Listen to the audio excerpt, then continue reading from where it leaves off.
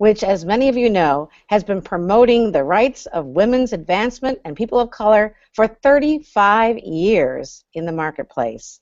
And I am delighted today to invite you to join me in the exciting launch of a very important new tool to further these goals, social wealth economic indicators, called SWEIs. SWEIs provide information missing in the GDP, as well as in other new proposed metrics, and provide information essential for policymakers in government, business, and civil society, so we can have a better quality of life and economic success for all. We are first going to share with you a PowerPoint narrated by Dr. Riane Eisler, whose book, The Real Wealth of Nations, inspired social economic wealth indicators. This will then be followed by our distinguished panel of experts who will talk about why SWEIs are so important. Which, as you know, has been promoting the rights. And now I want to introduce you to Dr. Riane Eisler. Dr. Eisler is president of the Center for Partnership Studies and director of the Caring Economy in the marketplace. And I am delighted. She keynotes conferences worldwide, consults for governments and businesses, and has pioneered human rights for women and children. Her books have been translated into over 30 languages and include The Real Wealth of Nations, which offers a new conceptual framework for economics, and The Chalice and the Blade, a new reading of our past, present, and the possibilities for our future. Her research for The Real Wealth of Nations gave way to the Caring Economy campaign and the organization's vision for the new social wealth economic indicators. This work was hailed by Archbishop Desmond Tutu for the better world that we have so urgently been seeking. Please welcome Riane Eisler.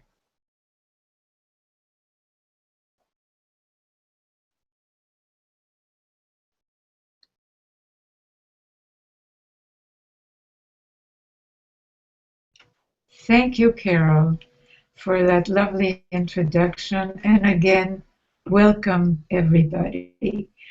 We are going to be looking at some slides together as a brief introduction to what we are here launching today.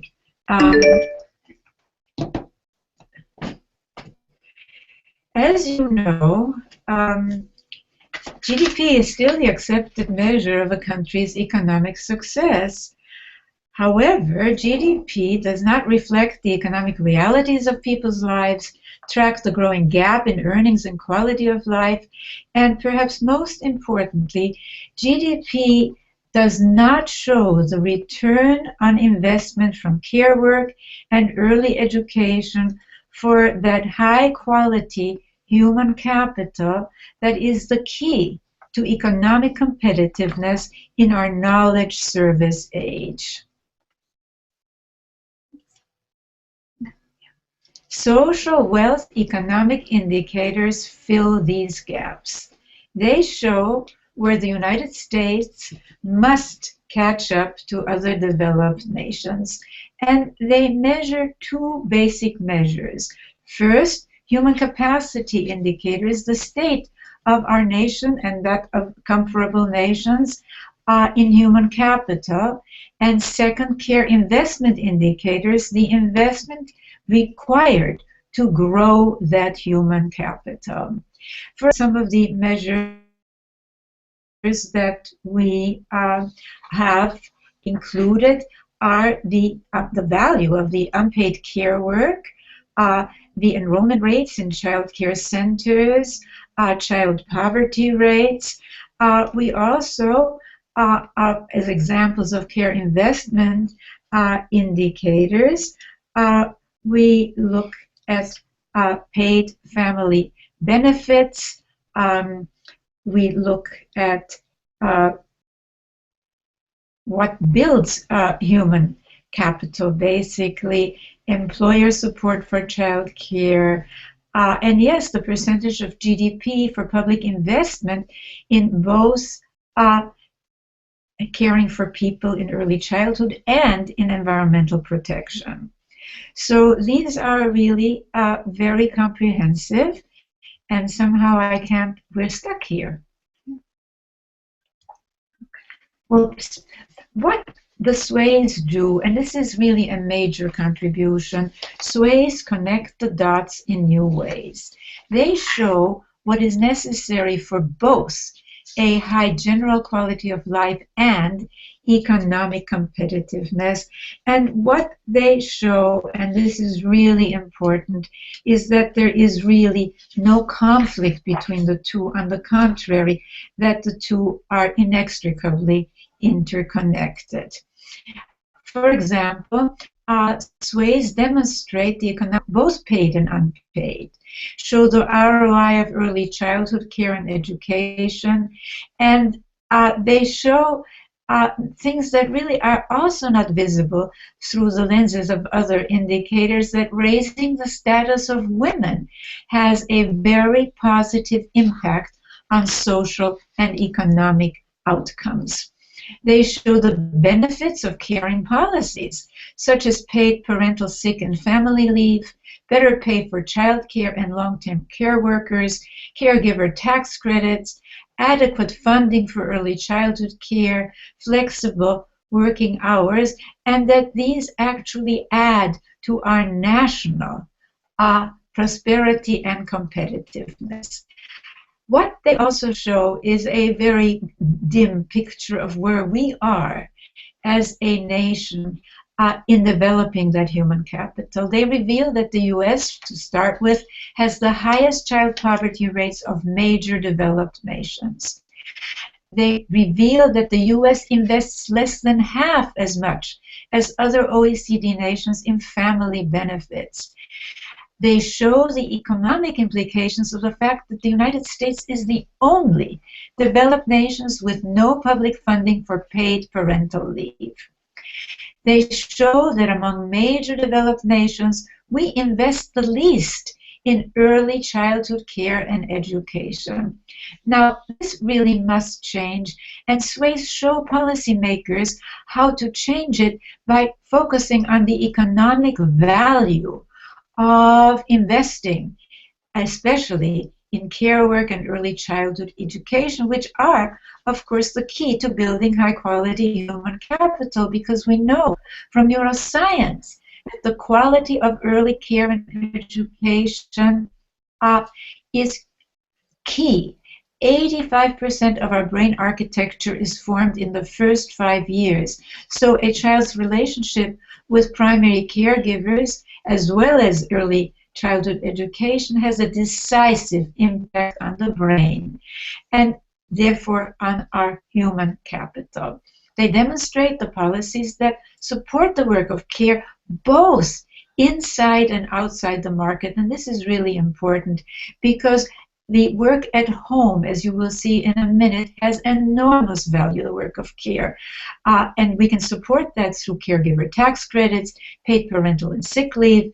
In the market, of course, fair pay for care workers and educators. And look, at home, for example, we know today how to quantify that value. An Australian report showed recently that if included in GDP, unpaid care work would contribute an additional 50% to Australian GDP. And of course, in the market, we know that direct care is the fastest growing job sector in the country, largely because the US population, age 65, is increasing exponentially.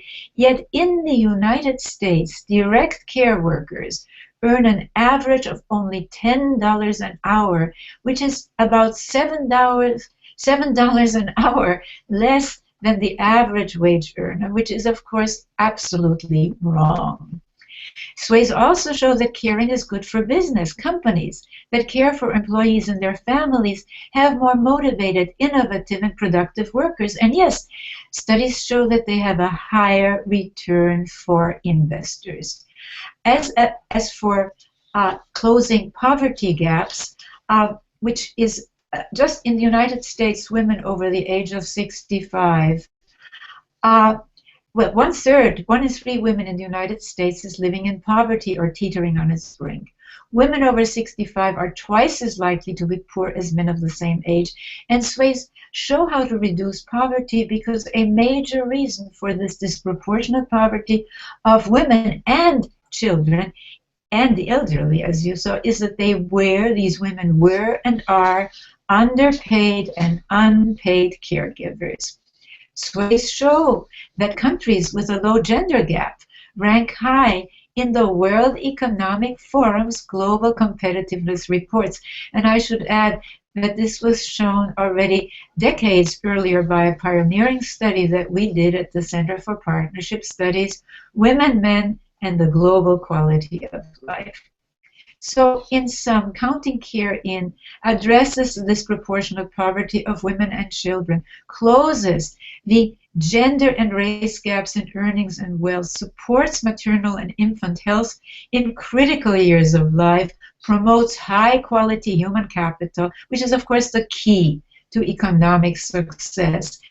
And I want to end by acknowledging our wonderful partners in this launch. As you can see, a range of tremendous national and international organizations, as well as our wonderful funders, including the Kellogg, Calliopeia, and NOVA foundations. And now I am going to turn this back to Carol and to our panel and to our wonderful distinguished panelists. Thank you. Thank you so much, Riane. That was wonderful explanation of SWEIs and the work that you're doing. We appreciate that. I want to turn now to the economist on our panel. Inderdeep Ghosh is a professor of economics at Haverford College and the director of Social Wealth Economic Indicators Initiative. He has a PhD from MIT in macroeconomics and international economics, and he has published research on current account dynamics, foreign direct investment, and international trade in peer-reviewed journals such as the Global Economy Journal and the Review of Developmental Studies. At Haverford, Inderdeep has taught courses in introductory economics, international economics, financial economics, and money and banking. He's been working with the Center for Partnership Studies, Caring Economy campaign since last December. And he's authored the SWEI report and is an author of an article on SWEIs in the inaugural edition of the Interdisciplinary Journal of Partnership Studies. So welcome, Deep. We're so proud to have you here today. Thank you, Carol. So as an economist, I want to say a little bit about how I came to be attracted to this work. I'm trained, as you heard, as a macroeconomist, and my training has been in very mainstream, traditional economic thought and practice. And one of the things that attracted me to this work was the notion of caring economics that Riane develops in her book, The Real Wealth of Nations. And I found I was myself in search of new economic paradigms and alternative ways of thinking about economic systems. And Riane's book really opened the space for me to think about a new kind of economics, which she calls caring economics. And so I want to say just a few words very briefly about why caring economics is conceptually an innovation relative to neoclassical economics or mainstream economics, which is what I was trained in and what informs actually a lot of the policy making in the contemporary economic world. So caring economics really brings three different conceptual innovations to the table. And the first one of these is that caring economics uses a full spectrum economic map. And what that means is that traditional economics would only consider the market economy, the government economy, and in some cases the illegal economy as constituting the notion of an economy. Whereas caring economics also brings into play the unpaid community economy, the household economy, and the natural economy.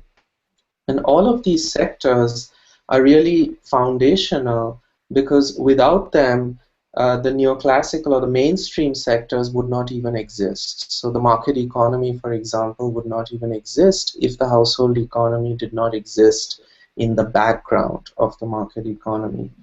And in fact, the household economy is positioned in caring economics as the core inner sector of the economy. And it is the real heart of economic productivity. In traditional economics, the household enters only on the side of consumption. But in caring economics, the household is also a site of production. And this is perhaps one of the key innovative ideas that caring economics introduces us to.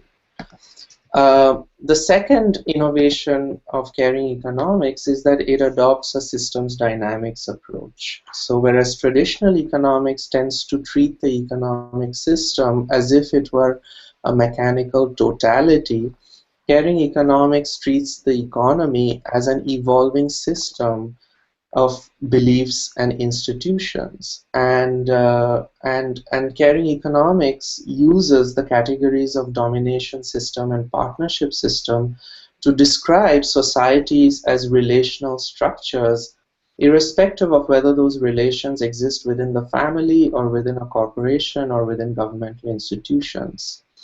These categories also characterize the nature of institutional orientation in societies, and they enable us to frame the fundamental dichotomy of political economy not as one of capital versus labor, which is how traditional political economy is oriented, but rather one of top-down threat and domination versus mutual respect and care. And thirdly, caring economics, unlike mainstream economics, which was really developed in the 20th century to serve as an engineering science and to serve an economic base of manufacturing, caring economics embraces the contemporary reality of the world in which we live, which is not an industrial or even post-industrial world, but rather one in which knowledge and service power economic prosperity, and for which the most important ingredient of economic success is high-quality human capital, by which we mean creative and empathetic individuals capable of working in cooperation with one another in a culture of mutuality and partnership rather than one of fear and domination. To build this human capital is to care for the very young and the most vulnerable populations in society. It is to create networks of provision and care in the interest of building social capital that, unlike physical or natural capital, knows no finite bounds and encounters no diminishing returns. And so I just wanted to make those observations about why, as an economist, I think this work is really important and valuable. And I now turn it back to Carol. Wonderful. Thank you so much. I really appreciate that, Deep. That was a very interesting perspective. And now what I'd like to do is turn to an expert on care workers, a very important part of the SWEIs. Ai-jen Poo is director of the National Domestic Workers Alliance and co-director of Caring Across Generations.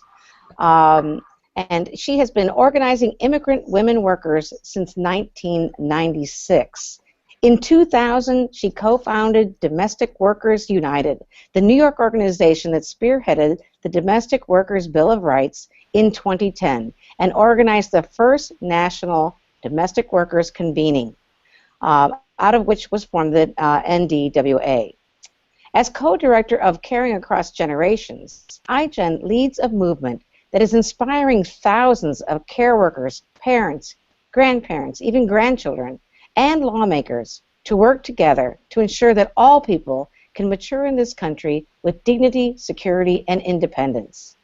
Ai-jen serves on the board of directors of Moms Rising, National Jobs with Justice, Working America, and the National Council on Aging. She is a 2014 MacArthur Foundation Fellow and was named to Time's list of the 100 most influential people in the world in 2012. Thank you for joining us, Ai-jen. Thank you for having me. It's really an honor to be on this panel and to be speaking about SWEIs, which are just so important to our work. I represent domestic workers, nannies, housekeepers, and caregivers, the women who go to work every day in other people's homes. And it's the work that we call the work that makes all other work possible. It's caring for the most precious elements of our lives, our loved ones, our children, our elders, and our homes.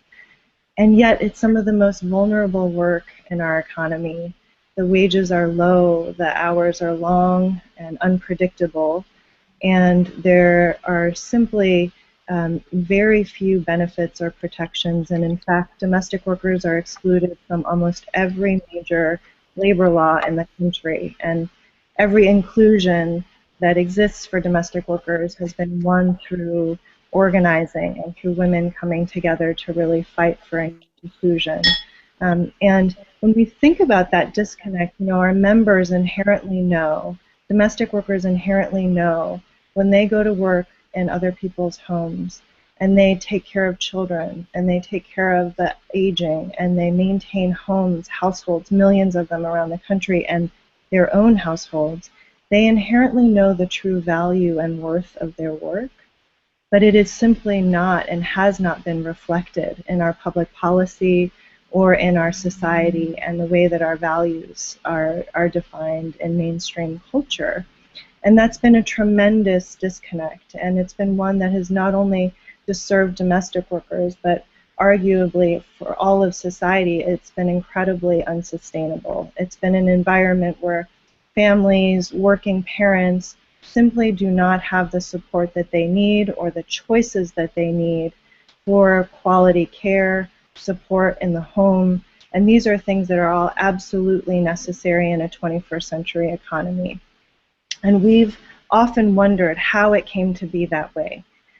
How has it come to be that all of this work that goes into supporting families, making everything else possible, has not adequately been accounted for?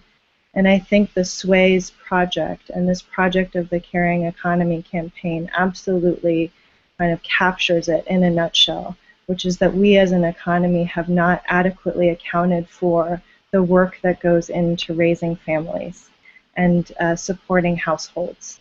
And whether that's as unpaid family caregivers or as paid care workers, there are enormous consequences for that. It means that the fastest growing occupation in the country is an occupation that is barely able to survive, struggling on poverty wages.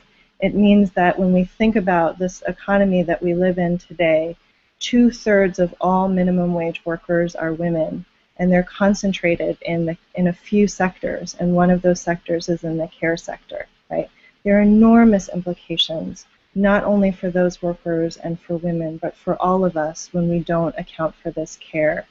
And so as we have been engaged in policy efforts to try to win protections for domestic workers, and now to try to expand our caregiving infrastructure in this country to adequately account for the growing needs of our exponentially growing aging population in this country through caring across generations, we have found that we absolutely need indicators. We need SWEIs to be able to talk about the material implications of not accounting for the family care needs of 21st century families and 21st century and this nation in the 21st century. When we think about preparing America for the future, and we think about 4 million people turning 65 every day, we think about the millions of direct care workers who are going to work unable, working full-time and yet unable to care for their own families. It's SWEIs that will help us make the arguments and help us raise awareness about this invisible architecture that actually is holding up our economy and needs to be supported, nurtured, protected, and invested in to become more sustainable for all of us. It's a critical piece. The care economy is a critical piece of our infrastructure for a sustainable future, that now that we have these SWEIs, it will actually help us to account for what that means and how we actually get there. So as we work in Connecticut and in Rhode Island and in Illinois to pass domestic worker bills of rights. And as we build the Caring Across Generations movement around the country, bringing together seniors and family caregivers and home care workers and domestic workers and people with disabilities, we'll be able to count on SWEIs to help us tell the story of the importance of the caring economy and the caring infrastructure that we have, and the caring infrastructure that we actually need to build for the future for all of us. Thank you so much, Ai-jen. That was very, very helpful. It's really hard to get a handle on some of these issues as we look across the board, but I think that was a really important piece of this puzzle. And another person that I'm really proud to have on our panel today is going to represent the effect of SWEIs on early education, such an important part of this whole equation. W. Stephen Barnett is an economist, Board of Governors professor, and director of the National Institute for Early Education Research at Rutgers University. His research includes studies of the economics of early care and education, including cost and benefits, the long-term effects of preschool programs on children's learning and development, and the distribution of educational opportunities. Dr. Barnett's best-known works are benefit-cost analyses of the peri-preschool and Abecedarian programs and their lifelong effects. Welcome to the Google Hangout, Steve. Thank you, Carol. High-quality early childhood education, it's very clear, produces substantial benefits to children, society. It enhances cognitive, social, and emotional development, and thereby prevents school failure, enhances productivity in the workforce, reduces delinquency and crime, and improves health, all of which have major consequences for our economy. As director of the National Institute for Early Education Research, I've studied high-quality early childhood programs for many years, and some of my research is included in the social wealth indicators. SWEIs show that the return on investment of early care and education is large and an essential part of our national investment in human capital. Just recently, over 500 researchers released an open letter to the public regarding the scientific consensus on these investments in early childhood care and education and just how important they are. Yet SWEIs show the inadequacy of our current policies and practices, including pay for early childhood educators. A recent Brookings report found the median earnings and lifetime return to a college degree in early childhood education is the lowest of all college degrees.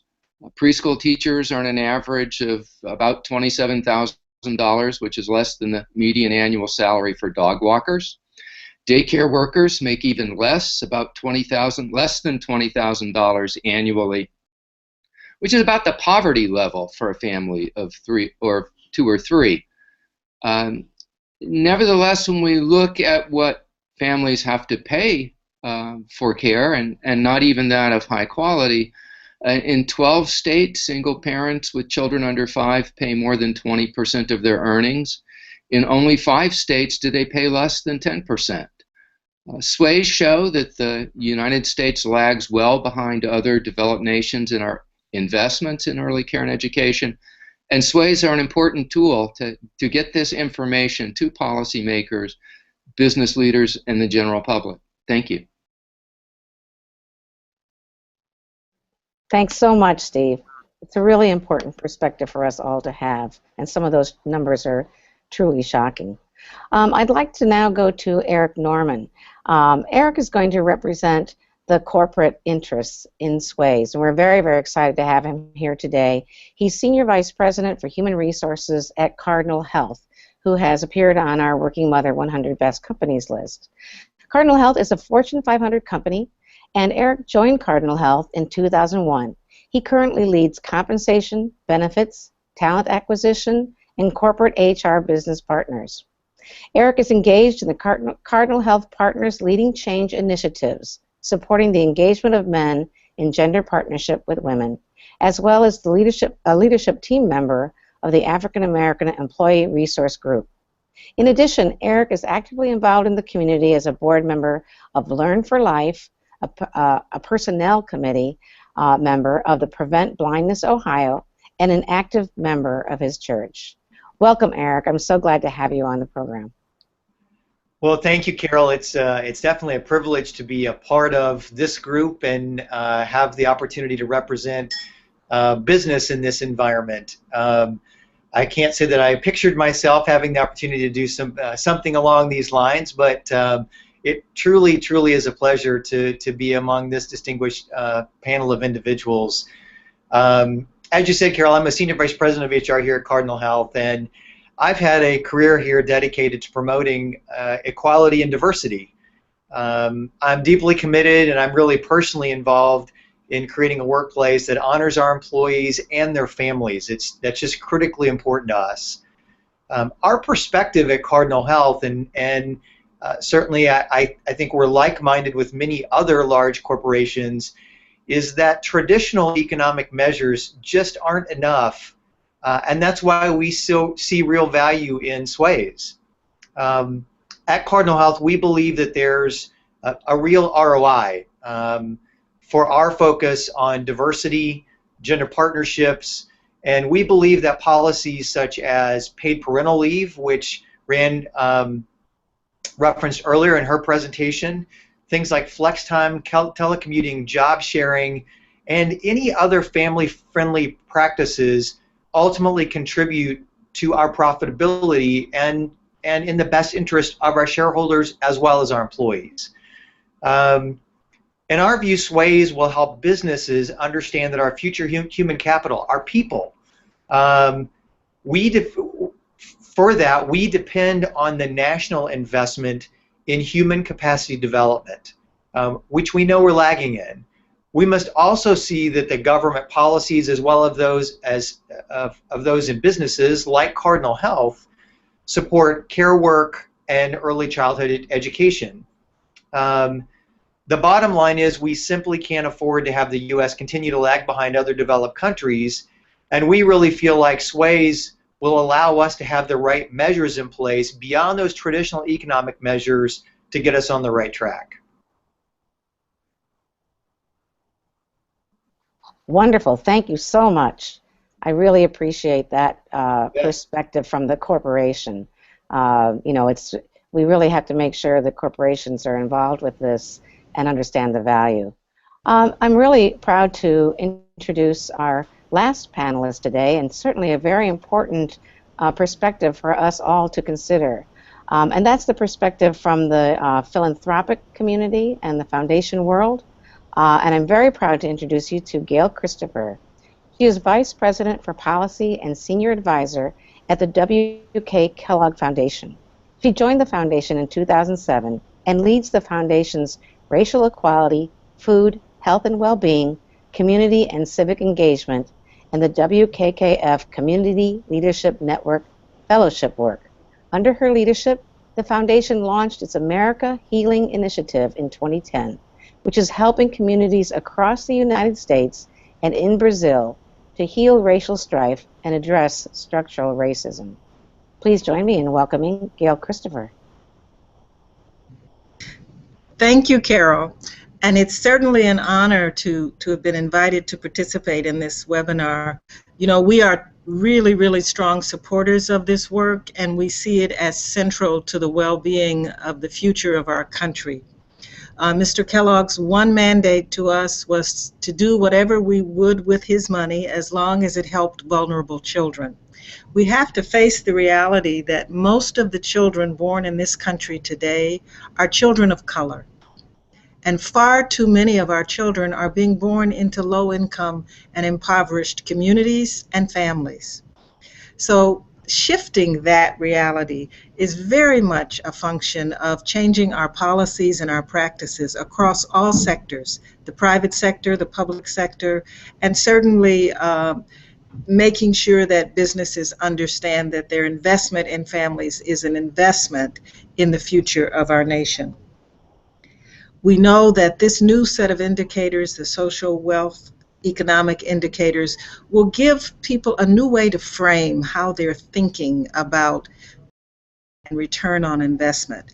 And to a large measure, the luxury that a philanthropic organization has is the ability to fund innovation and to bring in and support shifts in paradigms, shifts in our way of thinking. We know that what you focus on grows in society, so we need to focus on our social wealth. Human beings are wired literally at a neurological level and throughout our physiology. We're wired to care and to be cared for. As has been said repeatedly, the most vulnerable stages of development are the early stages, and the quality of care that is received is a lifetime trajectory for either well-being or illness. So I don't think there's a more important discussion right now for our country than figuring out how to shift our emphasis to the reality that to care is to be human, to be the best human beings that we can be, and to create a society that supports the manifestation of that understanding is truly the work of the 21st century. We have never valued caring. We have never particularly valued domestic work, partially because that work was done by women, but also because that work was done by people of color. And when our major social infrastructure was put in place, it was put in place intentionally to exclude domestic workers based on our belief in a racial hierarchy in this country. So that's old baggage. We don't need to carry that baggage into the 21st century. And I think the SWEIs will help us to heal our nation and overcome our legacy of ignorance. Thank you so much. Those are very, very powerful words and give us a lot to think about. What I'd like to do next is to ask Riane if she could make some comments at this point to get our discussion started, and turn the microphone back to Riane. Thank you.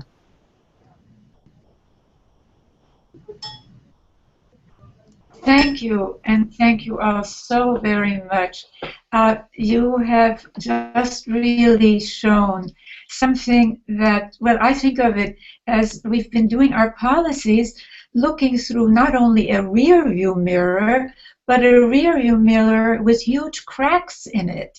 Cracks that, first of all, don't show people, don't show children in particular, completely obscure the contribution of the work of care, and is totally unrealistic in terms of what really makes for a prosperous and effective economy. And one of the things that I'm very proud of is that SWEIs dispel this idea that there is a conflict between economic effectiveness and between an economy that really provides for a high quality of life for all, starting with good care and good education in early childhood. There is really very little I can add to this incredibly articulate and wonderful panel. Every one of you, Aijen, and of course Deep to start with yes, the full economic map presented in my book, The Real Wealth of Nations, I do think clarifies visually how cracked that mirror has been in terms of looking at what is really economically productive. Aijen wonderfully expressed, and then Steve, the same thing, and Eric, and of course Gail.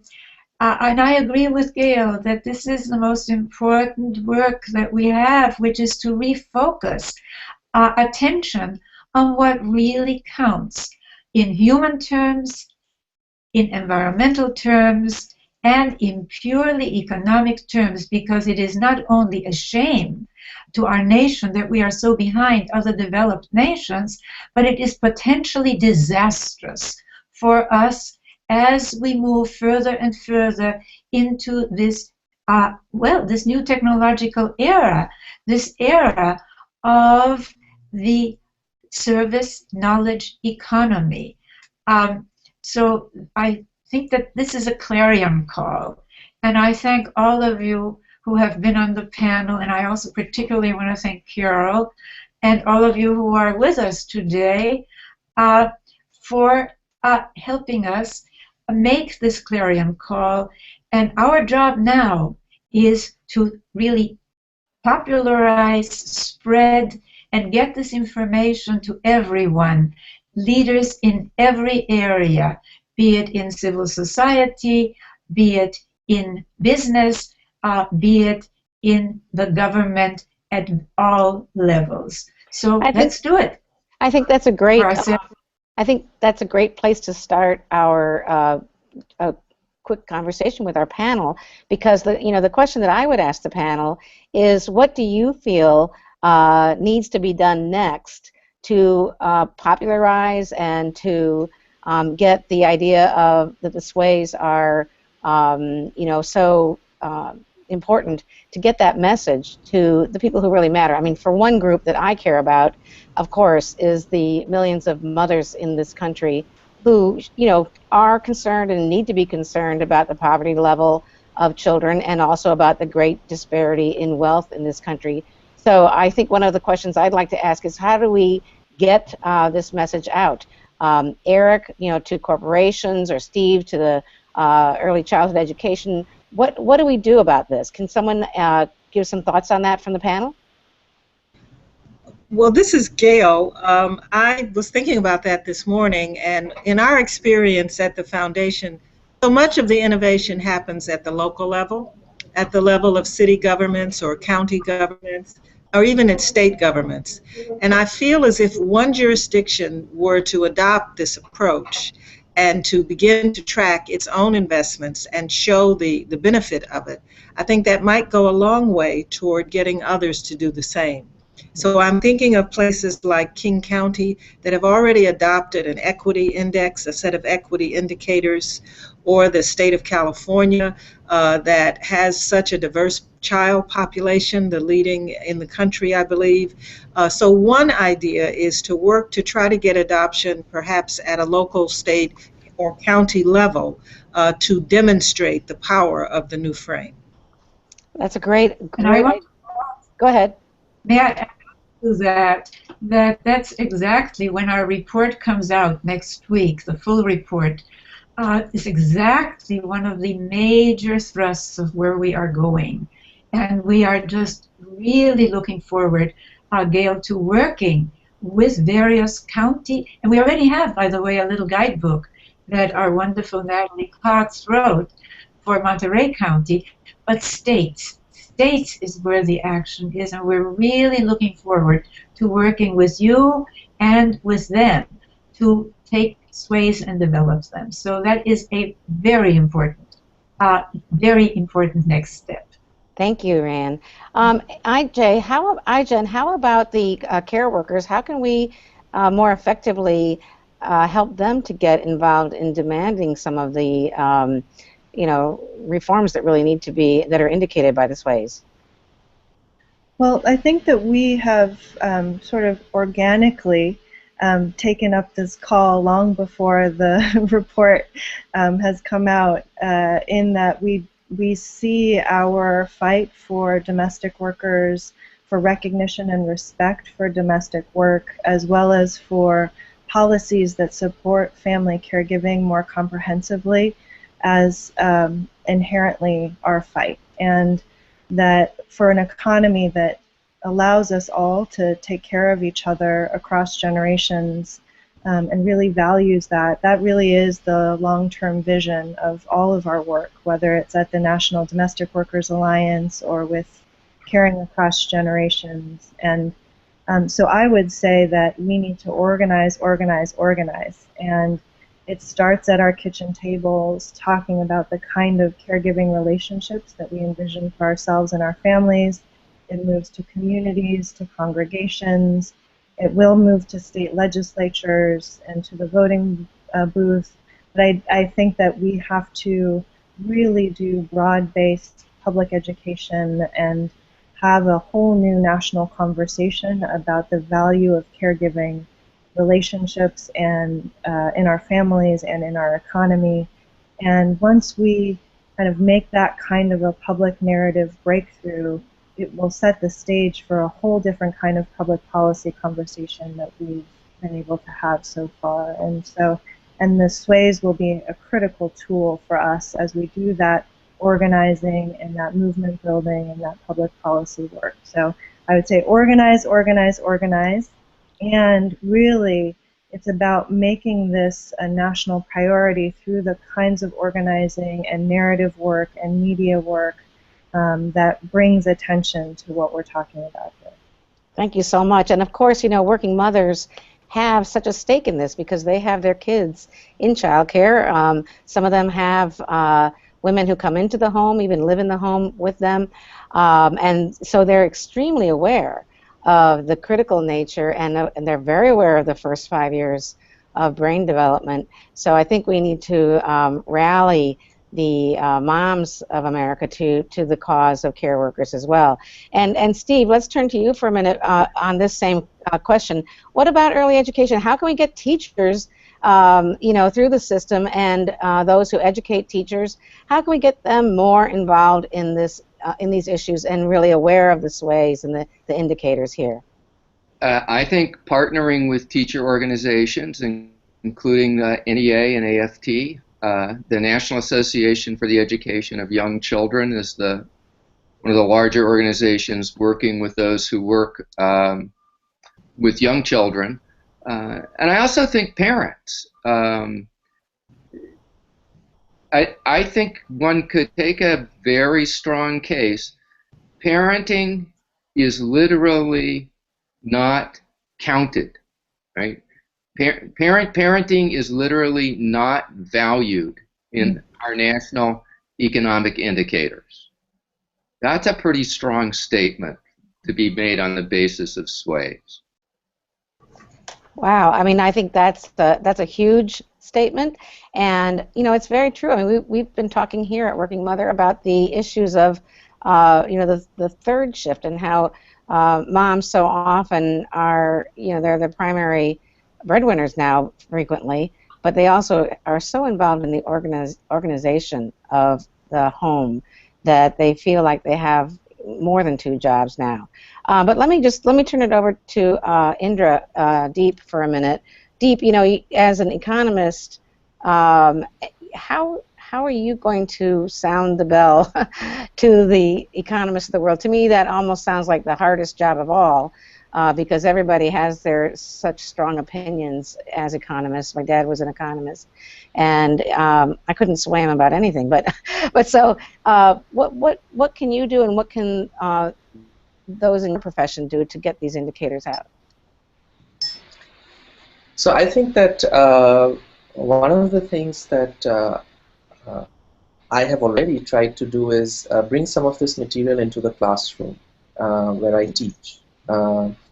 And I think some of the material that Riane covers in Real Wealth of Nations really belongs in the classroom, in the economics classroom. So that's clearly one you know, dimension along which I think economists and teachers can begin to disseminate some of this information. But also another thrust of the work going forward is to develop, you know, to take these indicators to the next stage, which is to build composite indices from all of the different measures that we have presently. We have in the SWEIs report about 60 or 70 different measures that we have collected under various different categories.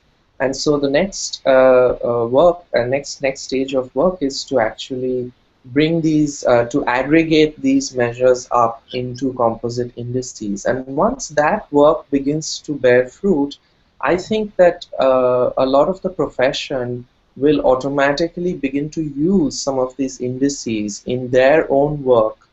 So there's a lot of work that economists do trying to understand how and why countries that grow fast are able to grow faster than other countries, and so on and so forth. And I think that one of the advantages of having indicators is that they begin to get used in that kind of analytical work. And once that step, once we get to that stage where we have these composite indices and they begin to get used by economists and researchers, then they really enter the academic dialogue and the academic conversation. So I think that having measures is a tremendous step forward in communicating to the academic world. Yes, I agree. We have a saying, what gets measured gets done. And, I think that one of the things that's so powerful for anyone in business is they want to see the numbers. They want to see the data. And a lot of times you can get a lot more done with a small amount of data than you can with, hours of theory. So I think these SWEIs are going to be extremely important. I mean, a lot of the information that we're seeing here is known, but it's putting it into a concept, a construct that is quickly and easily communicated across all these kinds of professions and concerns as we're representing here on the panel. I want to turn to Eric for a final comment here. Eric, I'm so interested in the corporate world. I do so much of my work on behalf of working mothers through corporations to get companies to work on all the stuff that we've talked about today, flexible work arrangements and child care, everything that's supportive of a working family. There's several hundred companies in the country who do a great job on this, and then there's a lot who really don't get it or don't pay attention to these matters. I know Cardinal Health, you've been really, really in the forefront of doing some tremendous work in many areas. How can we really help other companies to jump on the bandwagon that you're on, but also just to pay attention and hear these kinds of indicators? What can we do to make corporations pay attention to the SWEIs? Yeah, it's a great question, Carol. I think that for us, I think one of the biggest things is, instead of first talking about, is doing something about it. I wish I could say that Cardinal Health was at the complete leading edge and we do it all right and we have all the right answers, but we don't, which is why it's exciting for me to be a part of this. I do believe we are at the forefront, that we're doing many things well, but I think what's most important, and you referenced this, is what shareholders care about is the economics, first and foremost. And so as an organization, instead of just talking about it, it's actually going out and making changes, taking risks where other companies may not be doing some of the things that we might be interested in doing that have an impact on diverse groups or on women, etc. And then once we go do it and we demonstrate the success, then we go share that message with other companies. And I can give you one really quick example that we're doing today. And this really isn't just about Cardinal Health. It's really about business. And that is, in my profile, you referenced this idea of that I'm involved in Partners Leading Change. And so it's the whole idea of getting men engaged in supporting women's career development as equal partners, truly equal partners. Anybody who's read Sheryl Sandberg's book, Lean In, would understand that concept. And so for us, we just wanted to dive straight in and demonstrate the value of doing something versus talking about something. And we're seeing really great success in our organization. So to that point, it's taking action and then sharing those actions with other businesses, other leaders, our local governments within our community, to really then have an impact that shows the impact on our employees, their families, and ultimately on the bottom line. And may I add to this, and thank you so much for making that point, that we are, as part of the Caring Economy campaign, in process of, as I mentioned to you, Eric, forming a business council. And I think that can be an important avenue for really having that clarion call that we're making about our future human capital, about parenting, things that really both are important cognitively for us to understand that we have the wrong roadmap to the future economically. And we've got to change the paradigm. And how this impacts business in terms of not only their future human capital, which is tremendous, but how businesses that are today doing more could get tax breaks. should get some preferential treatment, and of course, showing that our whole value scheme needs to be put right side up because it really, as Aijen pointed out, and as Gail has pointed out, and as Steve has pointed out, and yes, as you and Neve have also pointed out, it's upside down. We are not counting in our planning what we really value, most of us.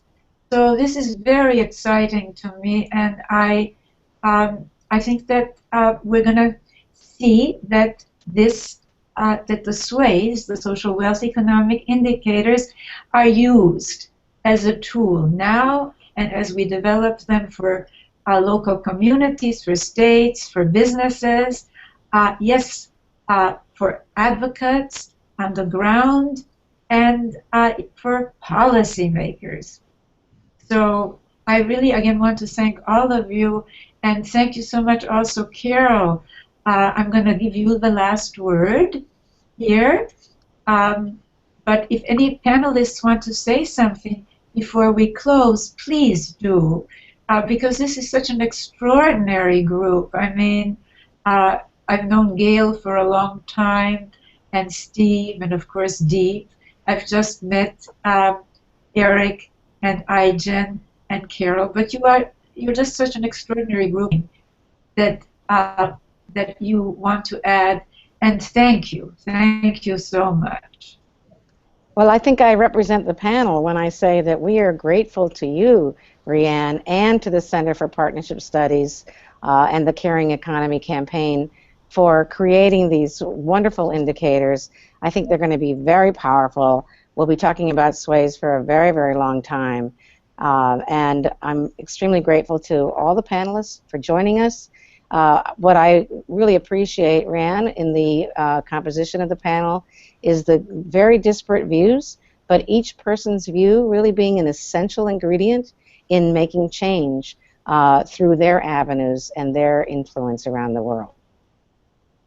I really appreciate it. If anyone else would like to say something, please let me know. All right. With that, I conclude our Google Hangout. Thank you, everyone, and thank you to Riane and the Center for organizing this very important discussion today. Thank you. Thank you. Thanks, everyone. Thank you all. Thank Bye-bye. you Thanks. so much. Thank you, everyone. Thank you. Great job, everyone. Thanks.